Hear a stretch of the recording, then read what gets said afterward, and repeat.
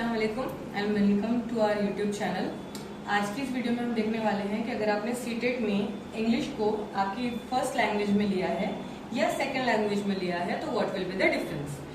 CTET के अगर आपने एग्जाम्स में पेपर 1 में अगर आप इंग्लिश को लैंग्वेज 1 में लेते हैं तो आपका क्या कंटेंट होगा, लैंग्वेज 2 में लेते हैं तो what will be the content. अगर किसी ने भी लैंग्वेज 1 में इंग्लिश लिया है, फॉर एग्जाम्पल आपका लैंग्वेज 1 है इंग्लिश और लैंग्वेज 2 आपका हिंदी, संस्कृत या उर्दू है, तो यहाँ पे आपको आएगा एक पैसेज, यहाँ पे आपको आएगा एक पैसेज और आएगी आपको एक पोम और आएगी आपको एक पोम। ओके, अगर आपका इंग्लिश लैंग्वेज 1 में है, प्लीज डोंट गेट कंफ्यूज, मैं पेपर 1 पेपर 2 की बात नहीं कर रही हूँ, I am talking about the language 1। अगर आपका इंग्लिश लैंग्वेज 1 में है तो उस सूरत हाल में आपको एक पैसेज दिया जाएगा और एक पोएम दी जाएगी और उसके अकॉर्डिंगली आपको क्वेश्चन आंसर्स आएंगे। तो पैसेज में क्या क्या आएगा, सबसे पहले तो आपको आएगा वोकैबुलरी का पार्ट। क्या आएगा आपको? वोकैबुलरी का पार्ट आएगा, वन वर्ड फॉर मेनी आएगा, बहुत सारे वर्ड्स के लिए कोई अगर एक अल्फाज आपको लिखना है, फॉर एग्जाम्पल लैविश, लैविश के लिए बहुत सारे वर्ड्स आएंगे, वेरी ग्रैंड, वेरी एक्सपेंसिव, इसके लिए हम लिख सकते हैं लैविश। वैसे वन वर्ड आएंगे, कुछ सिनोनिम्स, कुछ एंटोनिम्स आएंगे, क्वेश्चन आंसर्स आपको पैसेज के बेस पे आपको पूछा जाएगा। नेक्स्ट आपको इस पोम में ये तो वोकैबुलरी, वन वर्ड वगैरह सब पढ़ने ही है, साथ ही साथ यहाँ पे आपको थोड़े से फिगर ऑफ स्पीच भी पढ़ने पड़ेंगे। ओके, नाउ विल सी कि अगर आपने लैंग्वेज 2 में इंग्लिश लिया है, फॉर एग्जाम्पल आपने लैंग्वेज 1 में उर्दू या हिंदी ले लिया है and now come up to language 2।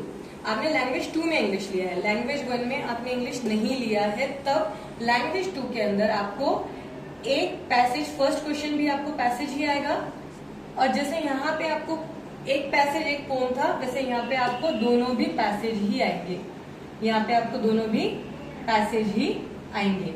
आपको फर्स्ट क्वेश्चन भी पैसेज से आएगा, आपका सेकेंड क्वेश्चन भी पैसेज से आएगा। Okay, so what is the moral of the story. ये वीडियो बनाने का मकसद क्या है, इसका मॉरल क्या है जो मैं आपको ये वीडियो पे एक्सप्लेन करना चाह रही हूँ कि अगर आप लैंग्वेज 1 में इंग्लिश लेते हैं तो आपको पैसेज से रिलेटेड भी कंटेंट पढ़ना है और पोम से रिलेटेड भी कंटेंट पढ़ना है। दैट इज यहाँ पे आ सकता है आपका अलिटरेशन, राइमिंग स्कीम और एनीथिंग। आपको यहाँ पे दोनों से रिलेटेड कंटेंट पढ़ना है। और अगर आप में से जिन लोगों ने लैंग्वेज 2 में इंग्लिश को प्रेफर किया है, उनको सिर्फ पैसेज से रिलेटेड ही कंटेंट पढ़ना है, आपको पोम से रिलेटेड कोई भी कंटेंट पढ़ने की जरूरत नहीं है। सो आर वी क्लियर? जिन जिन को ये कॉन्सेप्ट क्लियर समझ में आया है, please let me know in the comment section कि अगर आपका, मुझे आप बताइए आपने लैंग्वेज 1 में इंग्लिश लिया है या लैंग्वेज 2 में इंग्लिश लिया है। लैंग्वेज 1 में लिया है तो पैसेज का भी कंटेंट पढ़िए, पोम का भी कंटेंट पढ़िए। जिसने अगर लैंग्वेज 2 में लिया है उनको पोम से रिलेटेड कुछ भी पढ़ने की जरूरत नहीं है। Only read and understand the concept which are related to passage. आपको एक पैसेज दिया है, उससे रिलेटेड क्वेश्चंस आए हैं, आपको वही लिखने हैं, सिनोनिम्स लिखने हैं, एंटोनिम्स लिखने हैं, वन वर्ड फॉर मेनी लिखने हैं।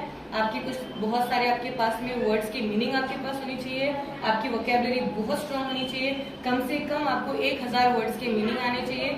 Then and then only we can understand कि आपको पैसेज पूरा पढ़ने पे समझ आएगा। ओके, अगर इससे रिलेटेड आपका कोई भी क्वेश्चन है, आपको कुछ भी नहीं समझ में आया है तो प्लीज लेट मी नो।